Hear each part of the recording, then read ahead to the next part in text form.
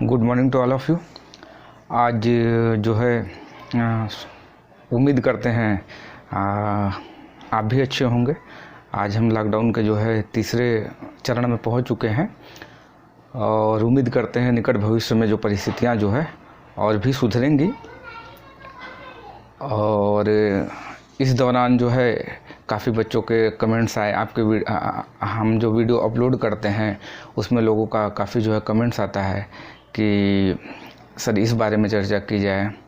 तो हमने सोचा क्यों नहीं आज एक वीडियो जो है ये जो तमाम तरह की जो चर्चाएं हैं उसी के संदर्भ में बनाई जाए तथा कुछ जो है मोटिवेशनल एक दो कहानियाँ जो हैं जो आपको प्रेरित करें उस पे जो है कुछ चर्चाएं हो जाए।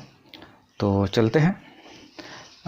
कुछ बच्चों का जो है कमेंट आया था कि सर कोरोना के बारे में जो है विस्तार से बताएं, क्योंकि कोई भी वीडियो जो है एक पूर्णतः जो है कलेक्टिवली कोई भी इन्फॉर्मेशन नहीं दे पा रहा है।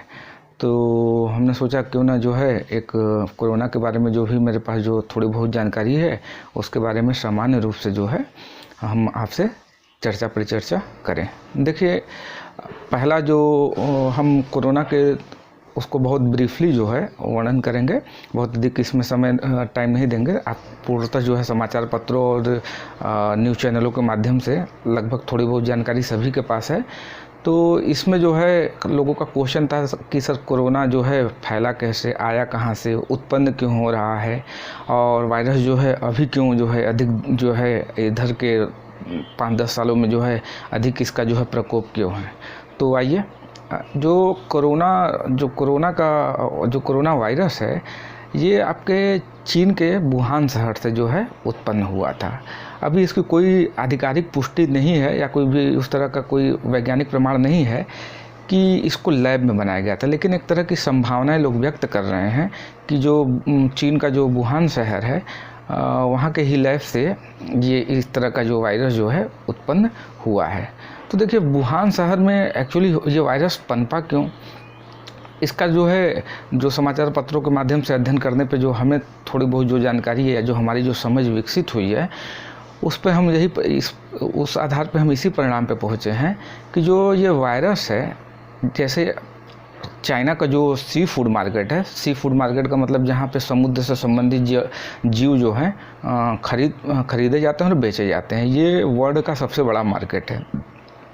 चाइना भी जो है, चाइना के बाद जो है अमेरिका भी दूसरा मार्केट है। लेकिन चाइना के सी फूड मार्केट में वस्तुतः है क्या कि सभी प्रकार के जो है जीव जंतु जो हैं खुले तौर पे बिकते हैं और इनकी बहुत बड़ी मात्रा पे खरीद फरोख्त होती है।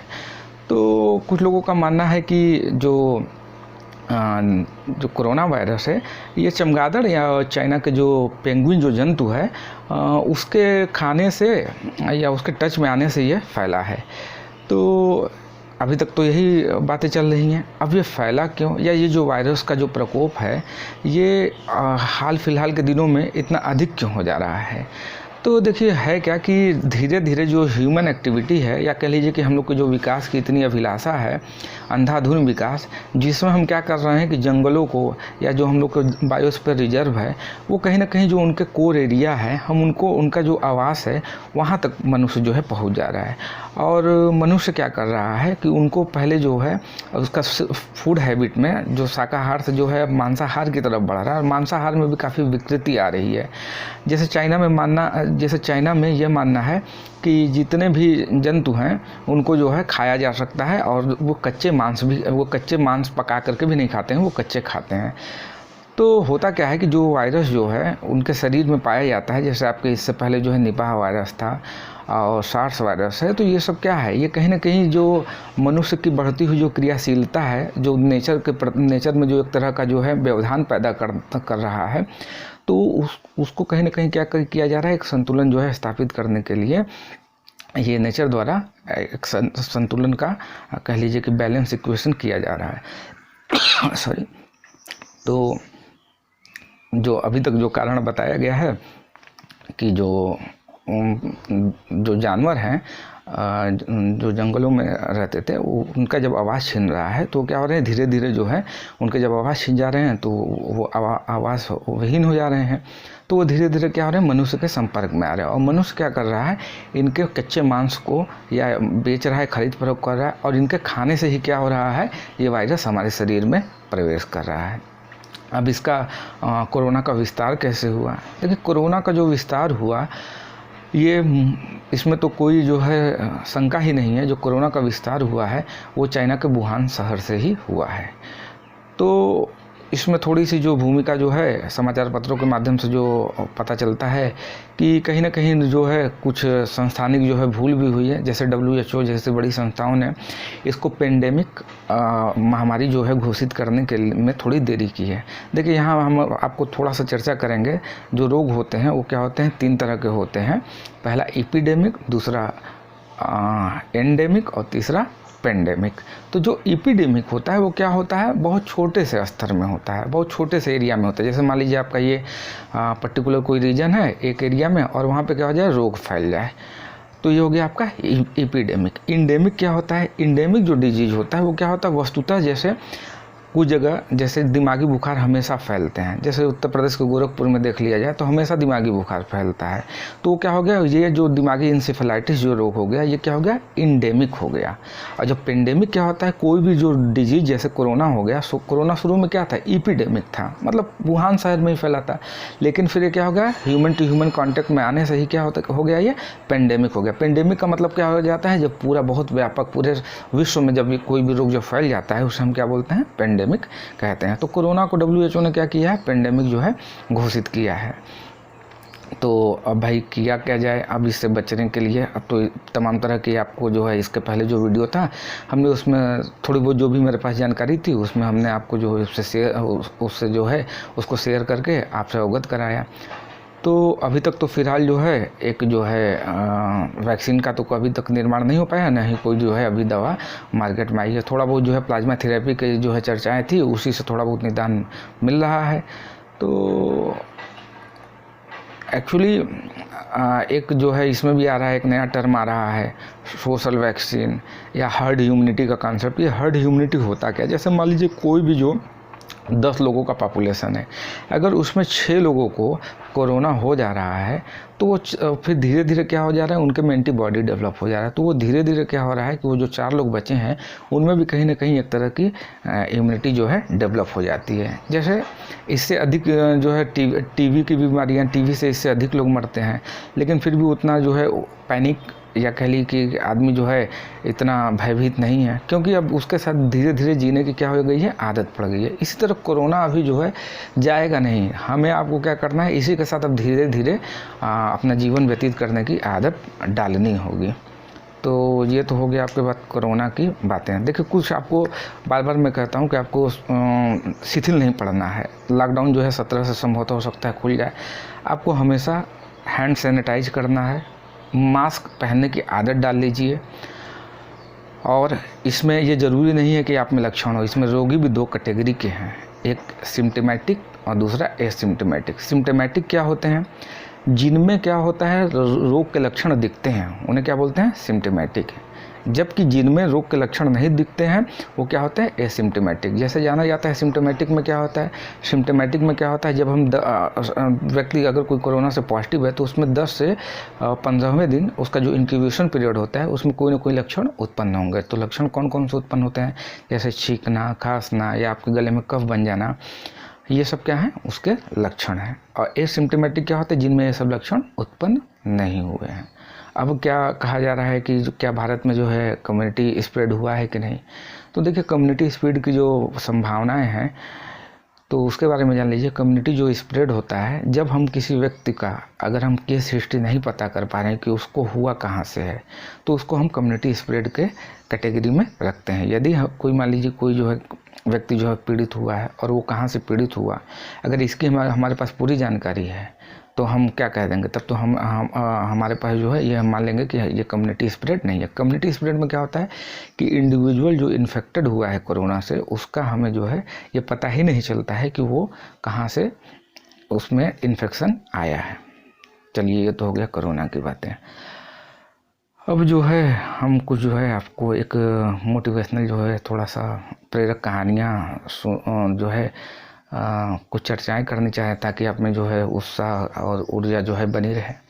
तो एक छोटी सी कहानी है, मैंने भी कहीं से सुनी ही है, तो हमने सोचा क्यों नहीं आपको भी सुनाई जाए।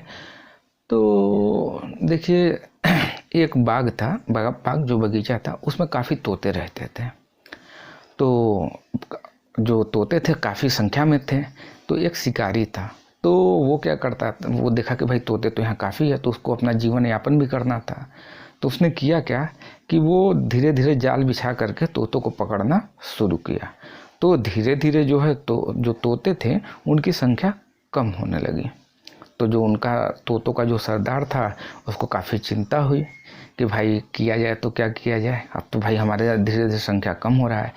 तो वो काफ़ी परेशान था। तभी वो रास्ते में एक जो है कह लीजिए कि गुरुजी या एक व्यक्ति, सज्जन व्यक्ति जो है काफ़ी ज्ञानी, वो आ रहे थे। तो तोतों ने कहा कि ऐसा है श्रीमान जी, एक जो है हम लोग का पहले एक बाग था, उसमें जो है हमारी संख्या जो है काफ़ी अधिक थी, लेकिन धीरे धीरे एक शिकारी की जो है नज़र पड़ गई, और शिकारी की जब नज़र पड़ गई तो उसमें क्या हो गया कि हमारी संख्या, वो धीरे धीरे हमारा शिकार करने लगा और हमारी संख्या क्या हो गई, धीरे धीरे कम होने लगी। तो उस व्यक्ति ने कहा कि अच्छा ठीक है। तो उसने कहा, तोतों से कहा कि मैं तुम्हें एक सूत्र देता हूँ और तुम जो है इसको दोहराते रहना और तुम्हें जो है इससे कोई भी हानि नहीं होगी, ये मेरा पूर्णतः विश्वास है। तो तोते ने कहा क्या है महाराज? तो उसने कहा कि देखो, तुम्हें कहना है कि शिकारी आया, जाल बिछाया, दाना डाला और परंतु हमें फंसना नहीं है। यही मंत्र जो है तुम्हें बार बार रटना है। शिकारी आएगा, जाल बिछाएगा, दाना डालेगा, पर तुम्हें फंसना नहीं है। तोते जो है इसी को कंठस्थ कर लिए।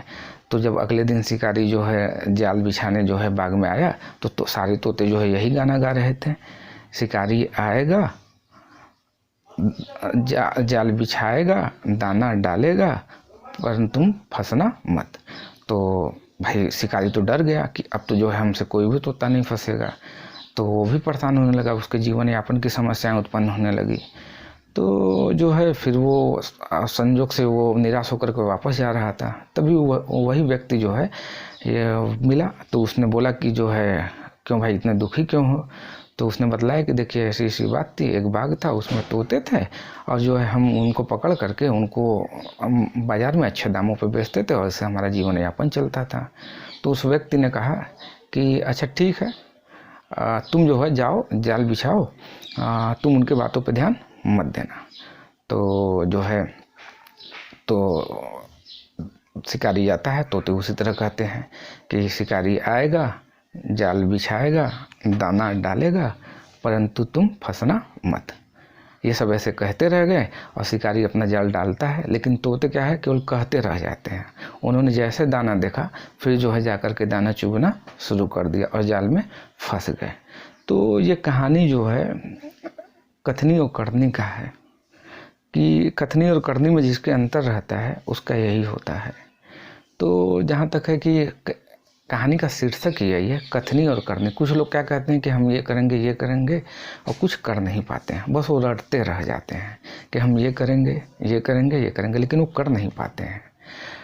और जबकि देखिए इस कहानी में क्या है, तोते केवल बोलते रह गए कि शिकारी आएगा, जाल बिछाएगा, दाना डालेगा, परंतु तुम फंसना मत। और शिकारी आया, उसने अपना कर्म किया, उनके बातों पे ध्यान नहीं दिया और उसको क्या हुआ, वो तोते जो है जाल में फंस गए। तो इस कहानी का यही शीर्षक है। अगर आप अपने जीवन में कथनी और करनी में, कथनी बहुत आप किस्से कहानी सुन करके आप क्या करेंगे, अगर आप उसको अपने वास्तविक रूप से उसको अपने जीवन में नहीं उतार पाएंगे तो उन प्रेरक कहानियों का या कोई भी मोटिवेशनल स्टोरी का बहुत महत्व नहीं रह जाता है। वो आपको कुछ समय के लिए तो ज़रूर जो है प्रेरित करेंगे, लेकिन बहुत लंबे समय तक आप में प्रेरणा उत्पन्न नहीं कर पाएंगे। तो आपको जीवन में अगर सफल होना है तो आपको अपने कथनी और करनी में सामंजस्य बैठा करके रखना होगा, या आपको जो भी कोई भी मोटिवेशनल होता है आपको काम करना होगा, तब जा कर के आप क्या होंगे, सफल होंगे। अन्यथा और कोई जो है उपाय नहीं है। धन्यवाद।